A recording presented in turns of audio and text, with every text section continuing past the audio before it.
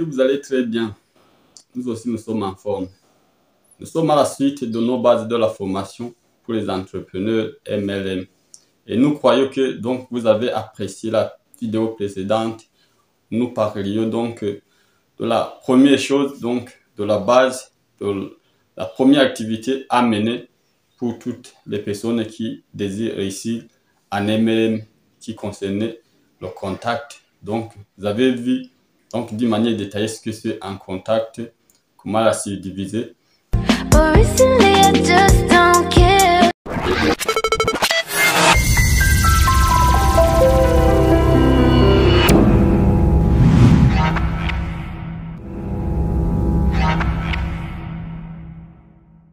Et aujourd'hui, donc, nous sommes revenus parce que nous sommes à la suite de notre formation et nous croyons que vous qui ne soyez pas abonnés, abonnez-vous à la chaîne, faites des commentaires, posez des questions si vous en avez. Et si vous voulez rejoindre la société dont nous sommes partenaires, donc cliquez dans le lien, donc allez dans la description, vous allez voir le lien où vous allez vous abonner directement et partout où vous soyez au monde. Et n'oubliez pas de sélectionner votre pays de résidence parce que nous avons des agences dans plus de 180 pays au monde. On est encore revenu sur la chaîne La profession du monde évolue et Profession of Life Revolution.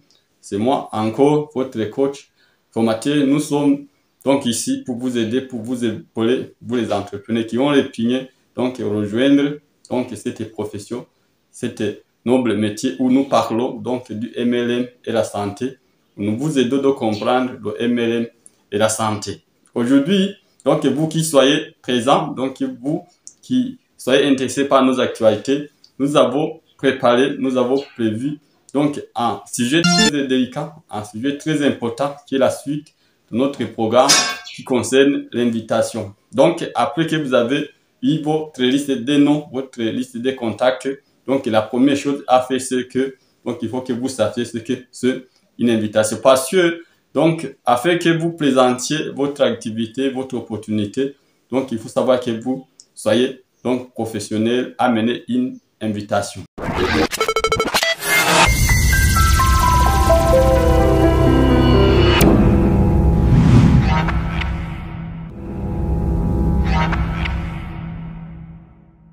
Qu'est-ce qui fait donc qu'est-ce qui peut faire que vous donc vous osiez mettre donc arrêter votre programme du jour? Qu'est-ce qui peut faire que vous donc vous abandonnez autre activité pour donc répondre à un rendez-vous de quelqu'un? C'est parce que vous avez trouvé donc ce rendez-vous, c'est parce que vous avez trouvé donc cette invitation la plus délicate. Et si donc vous ne soyez pas professionnel à faire votre invitation, il faut savoir que si vous êtes entrepreneur de MLM, donc personne ne répondra pas à votre invitation. Et si personne ne répondra pas à votre invitation, il faut savoir que donc en MLM vous ne réussirez pas. Parce que donc si une personne ne se présente pas à votre rendez-vous, donc il faut savoir que donc vous ne ferez rien. Et si vous ne présentez pas vos activités, votre opportunité, il faut savoir que donc vous ne réussirez pas. C'est pourquoi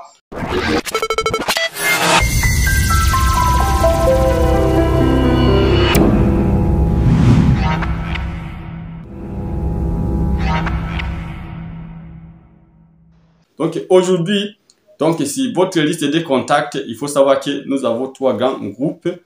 Donc parce que avant de vous préparer à inviter les gens pour qu'ils viennent d'abord comprendre l'opportunité que vous avez à offrir ou bien le service que vous avez à offrir ou bien pour que vous puissiez inviter les gens à jeter un coup d'œil, à découvrir ce que vous avez à donner, il faut savoir qu'il faut que vous identifiez la personne que vous désirez inviter. La personne que vous avez mise sur votre liste de prospection.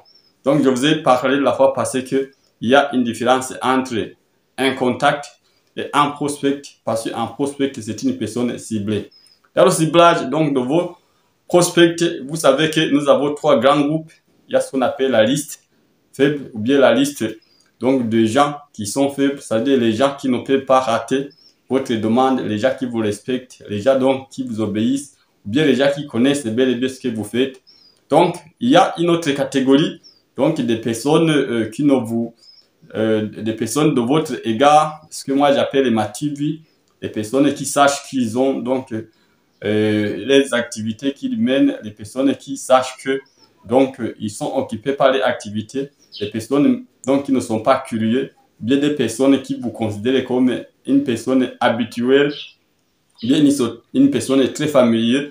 Donc il faut savoir que le groupe des personnes que moi j'appelle les mativus, ou bien les gens donc qui ne peuvent pas se répondre à votre rendez-vous, que si ils sont bénéficiés, ou bien que si ils voient que donc ils sont à la hauteur de vous, donc il faut savoir que ce groupe déjà, donc vous le classez dans une catégorie. Je peux donc parler par exemple vos collègues, les gens avec qui vous avez appris à l'école, vos collègues de travail, donc les gens qui vous connaissent mieux, donc auxquels vous n'avez pas donc de grand impact, ou bien les gens qui sont occupés par des petits boulots ou de petites activités de tous les jours, donc qui donnent plus d'avantages à les activités. Donc ce groupe-là, donc il faut le classer en deuxième catégorie. Et aussi, il y a l'autre groupe déjà que vous respectez vous. Donc ce que j'appelle les upper class, ou bien donc les autorités, et les personnes que vous craignez. Donc par exemple les cadres, donc les chefs d'entreprise, les chefs d'agence, vos pasteurs et toutes les personnes dont vous portez grand respect. Il faut savoir que si votre liste de contacts, vous les ayez répartis en 3 grands groupes, parce que lorsque vous serez mené à faire une invitation, donc vous devez savoir à quelle catégorie donc des prospects, à quelle catégorie des gens je vais m'adresser.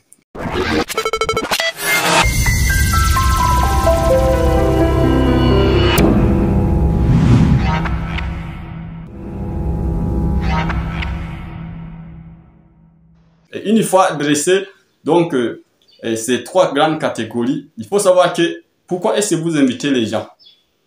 Donc vous invitez les gens parce que donc vous voulez qu'ils comprennent l'opportunité que vous avez à donner, ou bien vous voulez que ces gens donc viennent découvrir les solutions que vous avez face à leurs problèmes. Vous pouvez aussi inviter les gens pour qu'ils jettent un coup d'œil sur quelque chose donc de nouveau, sur une vidéo, sur donc un document, ou bien sur un site web, et j'en passe.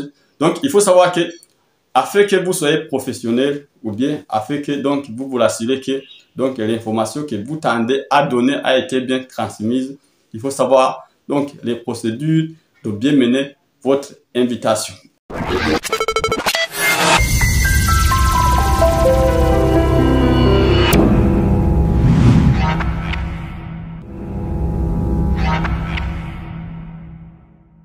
Alors nous avons 3 grandes méthodes d'invitation. Donc nous avons ce que nous appelons le style direct. Le style direct est employé ou bien est utilisé aux gens donc du premier groupe, les gens qui se posent déjà faibles, ok, vous avez de l'autorité, donc les gens qui ne peuvent pas refuser votre recommandation, ou bien les gens qui savent bel et bien ce que vous faites. Et puis nous avons ce que nous appelons la méthode indirecte.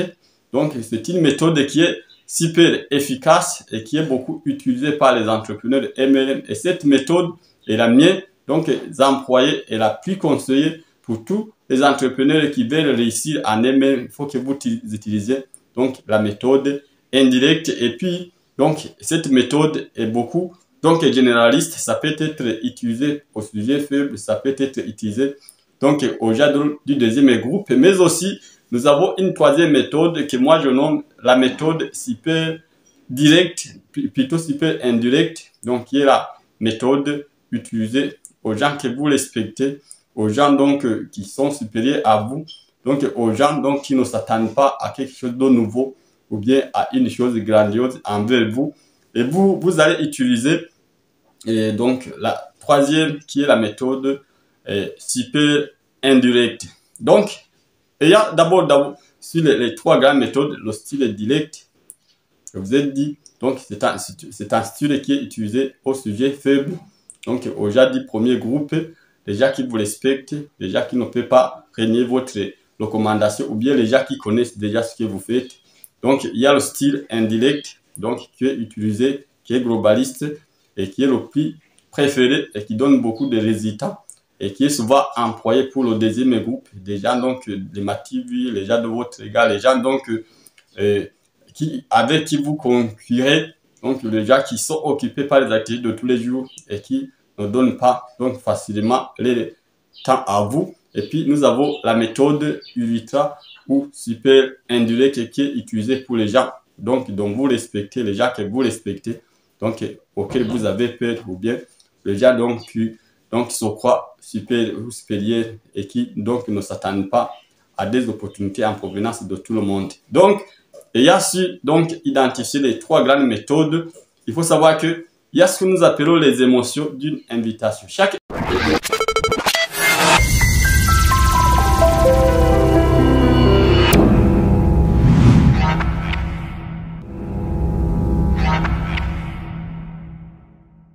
invitation professionnelle doit comprendre directement donc 7 ou 6 étapes indispensables.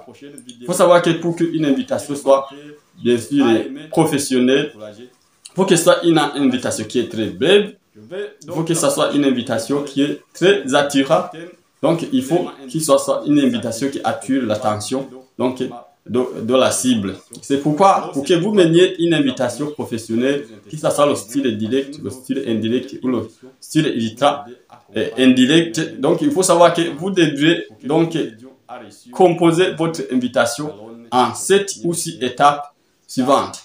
D'abord, la première étape, c'est que vous soyez pressé. Donc, lorsque vous menez une invitation, il faut attirer l'attention de votre personne, de votre interlocuteur. Parce qu'une fois que vous n'attirez pas l'attention, parfois il vous dira nous sommes occupés, vous allez nous appeler ultérieurement. Il faut savoir que votre objectif est de ne pas rater donc l'appel et de ne pas rater l'invitation. C'est pourquoi vous devez être pressé. Par exemple, vous pouvez dire je suis tellement occupé, mais c'était très urgent que je vous appelle. Donc, il faut savoir que l'invitation réussie, c'est dans les premières 5 secondes. Donc, où votre interlocuteur dépose l'appel dans la première phrase qui commence une invitation. Alors, il faut que vous soyez pressé. Si vous ne soyez pas pressé, donc vous aurez toujours à des rapports, donc à des repos, des rendez-vous. Donc, excusez-moi, vous allez m'appeler tellement je suis occupé. Mais vous aussi, vous étiez occupé. Si vous êtes professionnel, que vous avez dédié ce temps à l'invitation, il faut que la première chose que vous faites dans une invitation, il faut que vous soyez pressé. Donc, cherchez des choses, donc essayez à tout prix de montrer à votre interlocuteur que donc ce n'était pas le bon moment, que vous étiez occupé par autre chose. Donc, soyez pressé. La deuxième chose, c'est que donc il faut savoir que qu'est-ce qui peut donc attirer une personne à vous écouter. Mais pourquoi vous avez choisi moi, mais pas l'autre? Pourquoi vous avez répugné appeler une autre personne? Ah, donc, pourquoi pas l'autre? Donc, il faut savoir que pour qu'une personne puisse répondre à votre rendez-vous, il faut que vous lui donnez des compliments, pour que vous donc lui rappelez des qualités qu'il a.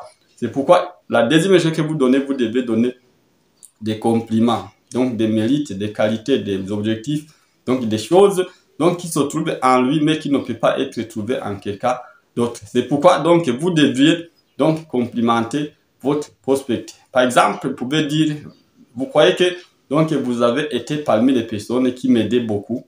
Donc je vous crois une personne vraiment qui aime travailler beaucoup, je crois. Donc je vous crois comme une personne qui est très malin, bien qui aime beaucoup les affaires, qui aime beaucoup l'argent. Donc je crois que vous êtes une personne qui sourit bien, donc qui est très chaleureux, qui est très accueillant. Et c'est pourquoi que je vous appelle. Donc il faut donner des compliments à votre prospect. Ça c'est la deuxième chose. La troisième chose, c'est que vous donnez le message. Donc, il y a des personnes qui, lorsqu'ils fassent une invitation, donc, il fait une présentation. Donc, il y a une différence entre une présentation et une invitation. Il faut savoir que, en donnant le message, c'est un mystère. Donc, par exemple, vous pouvez dire, donc, la première fois où nous nous sommes rencontrés, vous avez dit que vous haïssez votre activité. Vous étiez d'accord ou non? Lorsque vous me parlez, donc, que vous n'aimez pas l'activité que vous faites actuellement. Est-ce que vous étiez sûr ou bien c'était juste dit badin? Donc, la personne va vous dire apparemment oui. Parce que vous savez que c'est une personne qui n'aime pas l'activité qu'il fait. Donc, qui désirait avoir un changement. Donc, et puis, donc, c'est ça le message. Lorsque la personne n'aime pas ce qu'il fait, c'est parce qu'il cherche une autre opportunité. Et c'est pourquoi que vous l'avez appelé. Donc, vous donnez le message de manière mystérieuse. Donc, et si il dit oui, donc, alors vous allez donc lui proposer un rendez-vous. Donc, qui est là, quatrième chose, proposer un rendez-vous. Proposer un rendez-vous. Donc, en proposant un rendez-vous, il faut savoir que lorsque vous proposez un rendez-vous à une personne, il faut lui donner au moins 2 ou 3 alternatives. Parce que si vous fixez une seule occasion ou une seule chance, parfois vous trouvez la personne liément empêchée de telle manière qu'elle ne peut pas se présenter. C'est pourquoi donc, lui proposer, donc en proposant des rendez-vous, vous lui faites chance entre 2 ou 3 alternatives. Puis vous pouvez dire, est-ce que si je vous invite à une présentation qui se tiendra mardi ou jeudi, donc détaillant une activité nouvelle, donc qui est très intéressante, qui est en train de révolutionner la vie des gens, est-ce que vous serez présent? Donc, vous allez proposer par exemple entre mardi, jeudi ou samedi, entre mardi et jeudi 10 heures. Donc, si j'ai une opportunité tellement nouvelle et qui est très attirante et qui vous intéresserait, et je désirais donc vous en présenter entre jeudi ou vendredi 10 heures. Donc, il faut que vous proposez le temps. Et si la personne dit oui, donc il faut que vous confirmez le rendez-vous. Donc, en disant, Monsieur Jacques, Monsieur Pierre, Madame Joseline, donc, il faut savoir que je suis très sincère. Donc, si vous acceptez que vous vendez jeudi 10 heures, soyez sûr et ne pas perdre aucune minute. Parce qu'une fois que vous commettrez en retard de 5 minutes, moi je serai parti. Donc, nous sommes très exigeants. Donc, la personne qui va nous présenter l'opportunité là est très stricte sur le temps. Et si vous nous avez dit 10 heures, soyez sûr que vous soyez là à 10 heures. Donc, lorsqu'elle aura confirmé, donc, par exemple, ici, donc vous êtes fixé une longue durée. Ici, la 6e étape, donc, vous allez, vous allez proposer un tas de rappels. Par exemple, vous dites, si c'était jeudi, alors que vous étiez lundi, vous allez dire, donc, mercredi à 20 h, je vais vous rappeler et je voudrais que vous me faites votre numéro qui ne soit pas éteint. Donc, il va vous en faire à la 6e étape. Donc, cette 6e étape, vous pouvez en mettre ou ne pas en mettre. Ça dépend de votre sincérité. Et il faut savoir que, donc, si vous avez fait les 5 ou 6 étapes, il y a une dernière chose qui, pour la plupart des gens, donc, qui fait remarquer dans les autres, il y a une dernière étape qui, parfois, peut, donc, anéantir tout ce qu'on a fait, qui est, donc, le fait de déclencher la paix. Il y a des gens qui mènent une invitation vraiment de manière professionnelle, mais qui, donc, détruisent les choses à la dernière minute, en y ajoutant des choses ou bien en essayant d'expliquer, en donnant des résumés. Donc, en matière de réseau, il faut savoir que l'invitation, c'est un message. C'est le pourquoi, donc, de la présence. C'est pourquoi la personne doit se présenter au rendez-vous. C'est pourquoi vous n'êtes pas en train d'enseigner. Et lorsque vous avez confirmé le temps de rappel, lorsque vous avez tout bien fait, donc, il faut savoir décrocher l'appel. Soit, par exemple, en disant, merci, monsieur Pierre. Donc, espérons vous retrouver. Donc, si vous retrouvez jeudi 10 h, donc, soyez le bienvenu et votre vie peut changer.